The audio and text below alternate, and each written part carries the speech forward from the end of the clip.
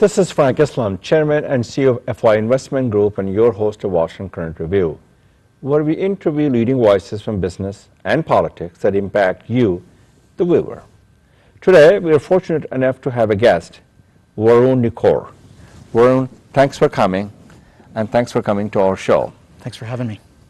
So, before I ask you questions about the political engagement and all the questions about politics, I just want you to tell the audience who you are and a little bit of your background.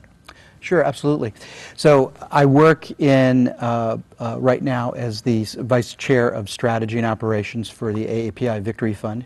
Most of my career has been in aviation, aerospace, defense, and that sort of thing, but I've always dabbled in politics, and this is sort of a side project that I'm doing, but certainly one that's important and one that's taking up increasing amounts of my time. You don't get paid from them? I do, actually, yes. Good for you. Yes. So the word you used a minute ago, AAPI, and then I want to talk about the Victory Fund that you just mentioned. So explain to me what that stands for, and why is the South Asian lumped into AAPI? That's a good question. So it's essentially a census definition, and so it's AAPI stands for Asian American Pacific Islanders. Okay. Exactly. And so it is a census definition that sort of commingles our entire sort of Asian, East Asian, South Asian communities together. So what is this Victory Fund is? I know Shekhar is involved in it. Yes, Shekhar Narasimhan is the chairman. He's the chairman, yes. And you're the vice chair. I'm one of the several vice chairs. Several vice chairs. Yes, so, exactly. As you know, Varun, I find it very increasingly, exceedingly difficult to raise money, and especially for politics, yes. Because it's not tax deductible, and you can sit here and talk about all the reasons that people don't want to give any money. How is it for you to raise the money, and how do you find people interested in giving back and giving money to you? And if so, how do you motivate them? You know, I think there's several sort of keys to this, right? So we've got the one aspect where our community is sort of newer to this country, and we're not as experienced in politics and political giving. We don't understand what that return on an investment might be. And so where that leads us to is a lot of conversations have to be had, a lot of personal conversations. There's a lot going on in the country right now, and you know, the debate that's occurring, unfortunately, on one side right now is really attacking a lot of folks in our community. And for that matter, the other side, you all represent a very ugly, angry, divisive face of America. They're not only attacking the immigrant and people like you and I, they're attacking immigrants, and they're attacking the Asian, they're attacking Latinos, they're attacking just about anybody who they don't think are going to be voting for them, which is a wrong assumption on their part. I think you're right. Definitely. I think also it's not representative of what America is all These about. These are not the values of America. And I would say that a lot of people in those, you know, that party would also say the same thing. And that's why you're seeing sort of a lot of internal strife within that party too, the Republican Party, quite frankly. So the Victory Fund is focused on state level, or local level, or the national level? At this juncture, we are solely focused on playing as a super PAC in the national landscape, so far the presidential, essentially, and we're focused on 6 battleground states. And those are for you? Those states besides Virginia, right, Ohio, right, Pennsylvania, Florida. Not Pennsylvania. So Pennsylvania is a battleground state. It is a battleground state, but you're not focusing on those. Right. Our strategy is primarily focused on those battleground states that also have a significant amount of AAPI population. So tell me what those are. That can make the difference. So you were almost there. I was on the right track. Yeah, Virginia, yeah, Ohio, right, Florida, Colorado. So what's the other 2 is? Nevada. And North Carolina. And North Carolina. Those 2 are sort of a mystery to me, because in Nevada, has a very large Latino population, not Asian American. Obviously, that opened my eye. 170,000 AAPIs live in Clark County, which is Las Vegas, essentially. 170,000 live there alone. And predominantly Filipino, but there's other ethnic groups as well. Yeah, absolutely. Very good. And what about the Varun, North Carolina? North Carolina, you know, very interesting. Most of the AAPI population is concentrated around the Research Triangle area. Makes a lot of sense because they're technical, they're engineers, and they're professionals. That's right. That's where the jobs are. Absolutely. Okay, and there, what's the sort of a population is there? 100 and what plus thousand? I believe around that figure. Don't quote me on that, but the API Victory Fund is focused on those states where battlegrounds, but also where there's an intersection of API population, where we could conceivably make the difference in the election. As you know, Obama carried North Carolina. The first term he did. First term. He did not carry the second term. Correct. Do you see brighter horizon for the Democrat to carry North Carolina? You know, a lot of this time around. There's going to be fluidity in the presidential landscape, no doubt, absolutely, and it really depends on sort of several dynamics. One of the main dynamics it's going to depend upon is who is the victor on the right and who is the victor on the left. Those general election matchups, as they say in political circles, is the thing that really determines the outcome. So if you look at national polls right now, they really don't mean much. Certainly pollsters like to make money off these polls, and news organizations like to tout those polls. At the end of the day, all that matters is what happens in terms of who is the general election leaders on both sides. So obviously the electoral vote, that counts. Absolutely. It's not the popular votes. Right. Obviously you can win popular but not win electoral. I've been there, absolutely. You have been there. So I used to work for Al Gore. Oh my gosh, you go back a long time. Yes, you go back a long time, yes, Varun, right. And thank you for your service and being an active participant in the political process. This is how the democracy grows and the capitalism flourishes. And anything the politicians do does affect our day-to-day lives. We don't accept it, we don't admit it, but the fact is the fact. That's right. And if you do not have a seat on the table, your voices are not going to be heard. That's right. And we are fortunate enough to have democracy in our country. So question, are you supporting any candidates right now? The Victory Fund is agnostic in the general election, in the primary process, and we will end up supporting independently whoever the victor is going to be in the end on the left. We're a progressive political action committee. So Super PAC. I wrote many columns on Super PACs, as you know. I don't know that you know that or not. I did. Yeah. Now you know. I always believe, and I firmly believe now, that the Super PAC has undermined our political process. It has corrupted our political system. And what the Super PAC is basically doing is using the money, and those are people who give money, they make sure their voices are heard, and they're there for themselves. They're guided by their own self-interest and greed. Right. So, and the ordinary American have no voice, which is what's happening with Koch brothers, and which is what's happening with the Sheldon Adelson, as you know, from the, and many, many singers, and other one who just supporting the Republican candidate. And obviously, as you know, the Super PAC cannot coordinate any activity with the campaign people. Absolutely. Correct? That's correct. So how, my question to you is twofold. Number one is, obviously doing it, what the Republican Party is doing is having the Super PACs and so on and so forth, and they count a certain number of people to make sure they have a victory. And this is, but obviously there are, Democrats have some victory fund as well. Not a victory fund, they have Super PAC. Do you believe what I just said, that they're undermining the democracy, they're undermining the other political systems? Absolutely, 100%. I mean, you look at the landscape, the thing to really understand about Super PACs is that they are allowed to participate in the political process, but they're not allowed to coordinate, as you said. You're absolutely right, and we won't be coordinating. I think the theme, there's two themes. One is that I think there's many on the left who agree with your statement that there should not be super PACs. It does undermine. So you believe that Yeah. we do undo the Citizens United? I personally do. I'm not speaking on behalf of the Sure, Victory sure, Fund. that's your I personal personally- belief. Absolutely. But having said that, I think there's a lot of folks, most folks on the left now strongly believe that as long as that law is on the books, and They're going to take advantage of it. well, we have to. Otherwise, we're unilaterally disarming, and that usually doesn't work well in any kind of warfare, politics, or otherwise.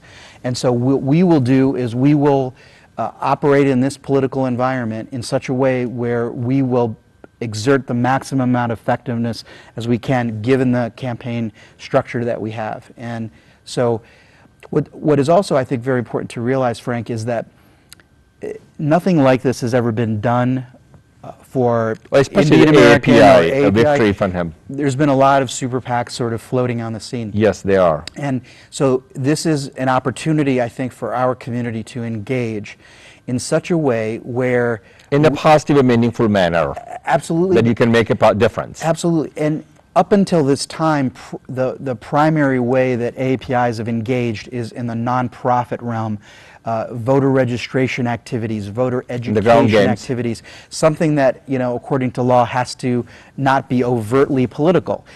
But we're now in this new environment, sort of nationally, but also I think we've come a ways in our political, you know, sort of evolution, if you will, where this is the right time for us to engage in such a manner where we can do hard political activity and help move the needle and then show whatever person ends up winning the White House that we hopefully helped move that needle. I mean, we're in ground central for this election. Fairfax County, Loudoun County, Prince Northern William Virginia is going to be playing is going to be extremely pivotal. There's no question about it. How Northern Virginia goes is how Virginia goes. How Virginia goes could very well determine how the White House turns out. It did in 2008. Well, I mean, whoever the candidate from the Democratic Party is, they already have a close to 232 electoral votes already lined up. That's the way they... Correct. Excuse me, the Republicans and the Democrats are lined up, the blue one. So what that person has to win is obviously, Ohio, Pennsylvania, and Florida. If they do, all of them, they basically won the White House. Pretty much. Right.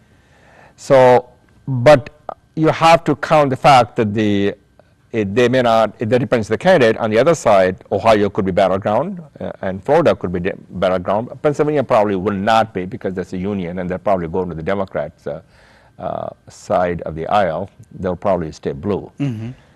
So how important it is for Virginia in the presidential elections? And well, all those 6 states... Those are battleground states, because they also contribute a large number of electoral vote. They do 20-some... I believe 22. It's mostly the number of the seats plus 2, I believe. Correct. So it's about 22, I believe. That's about exactly, right. It is... and Northern Virginia plays a pivotal role. Exactly. And Fairfax and Loudoun are, you know, if you were to boil it down, right? So we have a 6-state campaign. Out of those 6 states, we've identified 25 counties.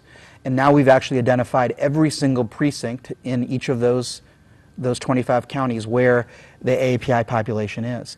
That's not enough just to know the fact that we've identified the precinct.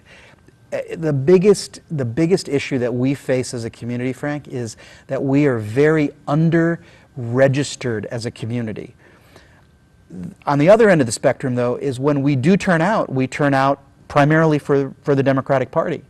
Well, 78% of the South Asian Americans are South Asian. You've done your homework. Absolutely. That's the participate in That's right. That's right. The vote. I have 2 questions for you. If someone wants to participate in this Victory Fund API, which is, I think, what you're doing is the right thing. A, how did they get hold of you, and how did they go about contributing it, and what's the maximum they can contribute? Then I have a second question follow on. So if they want to write us a several million-dollar check. Several million-dollar check. There's no limit. There's no limit in super PACs. There's no limits. We've decided to have the super PAC structure primarily because we feel that we want to disclose our donors. super So you want to be transparent? We want to be extremely transparent. We don't want to be accused of, operating in the shadows and that sort of thing. We want to tell the world this is who's contributed, and we're not espousing any ideology other than the larger community ideology, if you will. And so I would say go to the website, AAPIVictoryFund. AAPIVictoryFund.what? Okay. .org will get you there as well, and go ahead and just click on the donate link, and you can. Even $1 can make a difference. Even $1, and let me give you one example. We've estimated that for a $50 donation, we can register one new voter. $50. Very well said. So if we can register 50,000 voters, the White House could be tipped to Every Democrats. vote counts. Every vote counts. You does. remember against Kerry and Bush. The first time around it was mostly Dade County that made a difference in Florida. Right. Then that Gore lost, and you work for Vice President Gore, and same thing happened between Kerry and George W. Bush in Ohio that made the difference. So every vote counts. My next question is why AAPI, when it goes to the next level after the election is over, would they be engaged and involved in the trying to recruit and the Asian Americans to be a part of the political process so that they can have a good candidate for the House, for the Senate, or whatever, for the local or for other elections? Right. So let me ask. So your question was essentially, after this cycle, what do you do? How do we continue the political empowerment of our community? Well, you hit the nail on the head. It's essentially every single person out there, we hope, who works in the smallest way or the largest way in this 2016 cycle gets involved in some way, shape, or form in the political process. And that really, quite honestly, starts with the most basic of things, and that's volunteer service in your local community. I have had the great pleasure and honor and dignity of working in the highest level of politics. But my political evolution personally, I really became enlightened later on in life, where Tip O'Neill said all politics is local. I started working on presidential campaigns before I started doing local things, but it was only when I started working on local activities did I really truly get and understand the power of politics. If you can, essentially, I was a civic association president for my neighborhood, and we had a big issue one year where somebody was actually breeding venomous snakes just doors down. My goodness. Big safety issue. Arlington County, where I lived, didn't have laws on the books to prevent that kind of activity because nothing like that had happened before. So very soon out of the gate, I really understood that if I could effectively communicate and navigate the politics amongst my neighbors, then that activity, probably more than anything, prepares me for any kind of thing in politics. Because when you can actually see your neighbor in the morning when you're both running out to get the newspaper, and you have to look them in the eye, and you have to see them every single day, then you truly get sort of not only the basics of politics, but how what you do in politics really affects everybody around you. I want to shift the gears and talk about the Republican Party. I mean, you have Ted Cruz, who people think a very frightening and dangerous man, and then you have Donald Trump, who people say, including Jeb Bush, that he wants to win the presidency by insulting people, and they are divisive. And this is not who we are as an American. My question to you is, what happens if one of them, Donald Trump and the Cruz, becomes a candidate for the Republican nominations? And then my question is, why the Democrats are not propagating and promoting the message of the unity and also talking about the middle class, income inequality, and health care, and many, many issues? How come they're not bringing that up? So give me some advice to the candidate. Well, so to answer your first question first, what happens if Ted Cruz or Donald Trump, make it through the primary process and become the party's nominee on the right? What happens is, I think the Republican Party ends up swinging way to the right, away from what they always say is sort of a center-right country. This will move, I think, their side to a far-right country. And, you know, more power to them, quite honestly. I wish them the best of luck, because I think that our candidates are much more mainstream. Far superior, yeah. Much more mainstream. More inclusive. Right, absolutely. And so what was your second question? Second question is, what should the Democrats do regarding talking about the right messaging and immigration. Messaging, and in order for them to swing those votes from the Republican Independent to the Democratic side of the aisle. You know, I actually just came from a meeting this morning where I was sitting down with the political directors from most of the left-leading affiliate groups that have offices here in Washington. And I can say that they are all right now either pushing out messages locally, or they're crafting messages based upon, you know, a lot of the things that are going on and that sort of thing. So they are doing that work right now. We might not see it inside the Beltway because we, in Fairfax, Arlington... But they're propagating their message to the wider audience. Well, I agree wholeheartedly there. I think when campaigns particularly talk to folks like you and me, they don't micro-target their messages. Right. They don't do it on social media, they don't do it in mass media, and I think if campaigns were really smarter in this day and age, there would be much more micro-targeting. But quite honestly, this is where the Victory Fund sees an opportunity to speak to our voters where they are, speak to them in languages, and when someone knocks on your door and says, you know, hi Frank, and I'm here to get you to register to vote, do you think it would be 100 times more effective if someone of your persuasion or my persuasion came to the door as opposed to someone of, you know, another heritage? Absolutely 100%. But that is not typical to what we have seen in the past, number one. Number two, and it's certainly not typical 9 months, 10 months before an election. Good. It is typical, you know, maybe a month before the election, but by then, quite honestly, it's too late. So do we want a socialist in the White House, or do you want somebody in the middle of the road? We're staying impartial. Good for you. Well, thank you, Varun, very much for what you do for our country, for our community, your service to our nation, and service to our community as well. Thank you very much for all you do. My pleasure. Happy to do it. This is Frank Islam wishing you a great week. Thank you for watching.